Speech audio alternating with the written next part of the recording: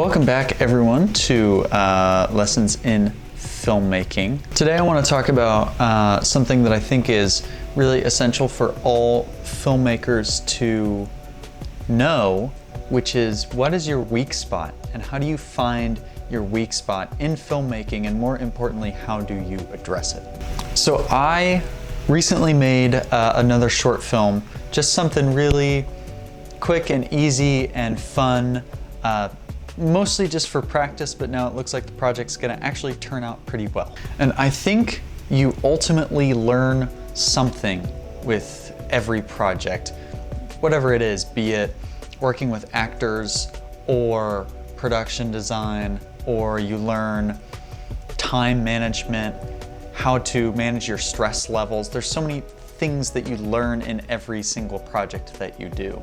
And while we all, I know, like to call ourselves the jack of all trades filmmaker, you know, hire me and I can do anything, ultimately, I personally think that we all have a bit of an Achilles heel somewhere. I think it's really important to figure out what your Achilles heel is, because the sooner that you figure it out, the sooner you can address it, and the sooner you can step outside of your comfort zone. So just to give you, I guess, a little bit of an example, the last project that I shot before this one, back in August of last year, I was still kind of struggling with how to work with actors and how to understand that every actor has different needs and you have to learn to communicate differently with each actor. And the only reason that I'm able to say that now is because I've done enough projects where I have learned that lesson.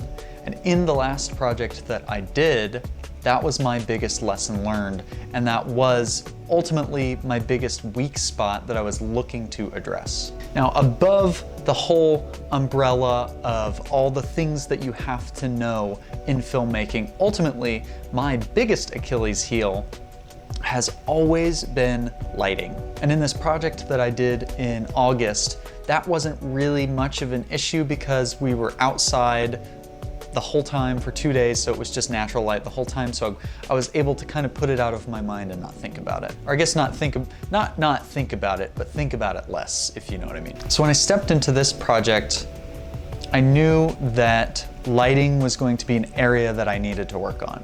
So today what I would like to do is take a look at this project that I just did and use it as a little bit of a case study into the things that I learned and how I grew in not just lighting, but also in production design. So just for context, the project is called Cold Call, and it is about a newly hired phone salesman who has horrible anxiety about making phone calls. So the location that I was working with was sort of a cubicle looking office space, and with those kind of spaces, most of the time comes with some pretty ugly lighting, because all you have are those, you know, really ugly fluorescent lights that just kind of exist every 6 feet on the ceiling. And as far as practical lighting goes, that's not much to work with, and it's also not the prettiest light you've ever seen. Now, that being said,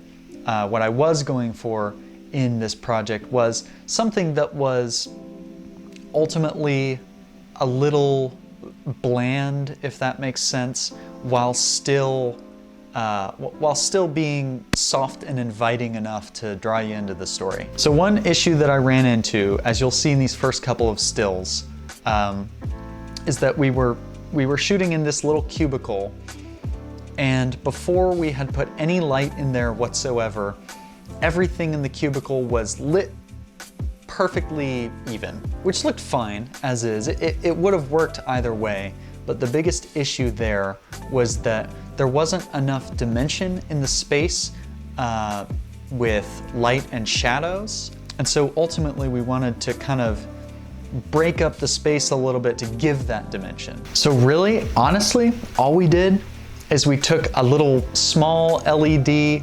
and we stuck it to the left of the actor right there. That's my good friend Austin. And we just sort of bounced it into that corner, and what ended up happening was we created this little bit of shadow on the left side. And that basically just gave enough dimension. The shot felt a little bit more like maybe there was some motivated light somewhere. There's a little bit of darkness in the space, so we get some contrast between the left side and the right side. And it just made the whole shot better for it. Now, the other thing that you'll notice in this shot is there's a fair bit of posters behind the main character. Now, this project didn't call for too much production design because it's pretty short and we're just in a couple of locations.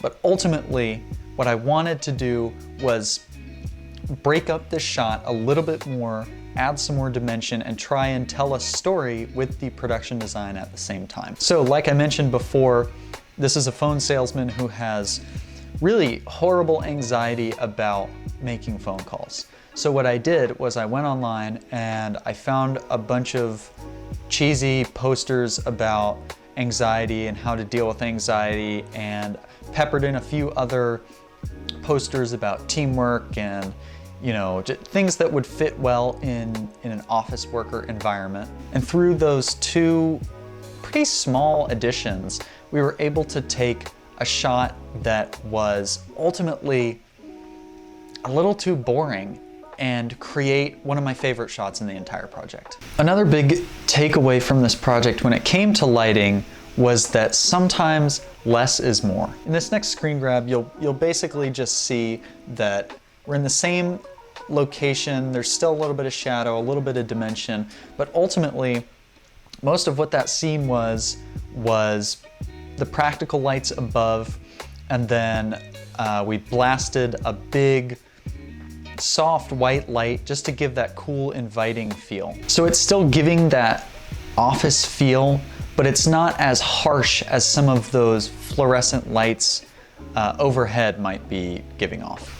So another good lesson I learned with lighting on this project is that sometimes you just have to work with what you have. And sometimes, more often than not, it works in your favor. So you'll see here in this shot, it's kind of a lower angle. We've got the phone in the foreground, the character in the middle ground. And up there in the background, you see that overhead light, those harsh fluorescents I was talking about. Sometimes they actually end up doing the trick. So in this particular shot, that kind of ended up working as the perfect backlight that we didn't have available in this very shot. Because there was no good way to hide a light because we're seeing so much of the background and we're so low that we kind of just had to deal with it, but it ended up working well. And again, in this shot here, you'll see this is sort of the boss character in the short film. And you see that light behind him. It's almost like these beautiful, soft little triangles of light. And that was, once again, the very same lights from the ceiling. And I just really liked how the light cast down the wall in that way. So we chose not to do something that we had to do in some other shots, which was unscrew some of those bulbs. Now that takes me pretty well to my next point of something that I learned with lighting, which is that ultimately what you really have to do is you just have to do a lot of problem solving. So in this short clip, you'll see the main character kind of walking down the hall of the office. And before this was lit, there was just too much darkness and too much inconsistency of light. So what we did was we took one of the LEDs and we just stuck it right around the corner and found the right intensity of light just to give a little bit of fill. Behind the camera, we had our usual big, soft white light. And then in between, we just went above to the overhead fluorescents and we just unscrewed some of the bulbs until we got the look that we were going for. And the funniest thing is that when you watch these things, you would have no idea. But that is the ultimate hope, is you want people to have no idea. Or you want people to watch it and say, wow, that was a really pretty frame. Or, wow, this is a really, really dark, moody shot. I wonder what this has to do with the story. And my fifth and final lesson learned is honestly that sometimes you'll still fail. And that's okay, because I think that is what filmmaking is about. It's about learning and sometimes failing and learning from those failures and taking it to the next project and trying to grow. So to give you an example of my failure, even though I think failure is a bit of a harsh word, but to give you an example, as you'll see in this next screen grab, this is once again the boss character, and this was a really hard shot to get. Something you might have seen in some of these other shots is that we were dealing with just the ugliest looking orange wall. I tried as hard as I could to fix it with production design. So in this shot, you'll see I've got a few posters kind of up on his bulletin board to break it up and maybe take away from just that ugly, bland, orange look. And I think that worked relatively well, but the big problem I have with this shot is that there's too much light on his face. There's too much glare, there's too much reflection. It's a little too obvious that there's a light blasting right onto his face. And sometimes that stuff can be hard to fix in post. But generally speaking with this project, if that's the biggest failure with the lighting, then I think ultimately the whole thing was a success. Because as long as you learn from what you got wrong and you're able to identify it, then it's always going to be a success. At least that's what you should always say, and that's the mindset you should always have. So that's pretty much all I have for you today. Just to kind of close out, I think that when it comes to filmmaking, you just never stop learning.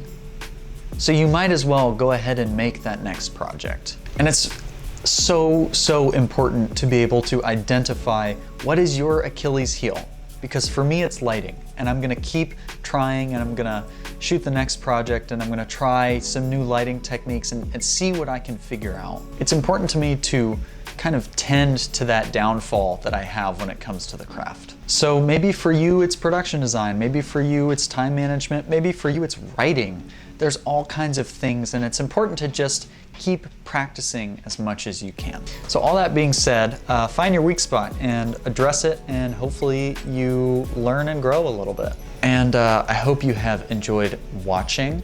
I actually finished everything that I was trying to talk about before I finished my tea today, and that's been unlikely in past videos. So yeah, I hope you've enjoyed. But otherwise, I wish you all well on your continued creative and filmmaking journeys, and I will catch you in the next one.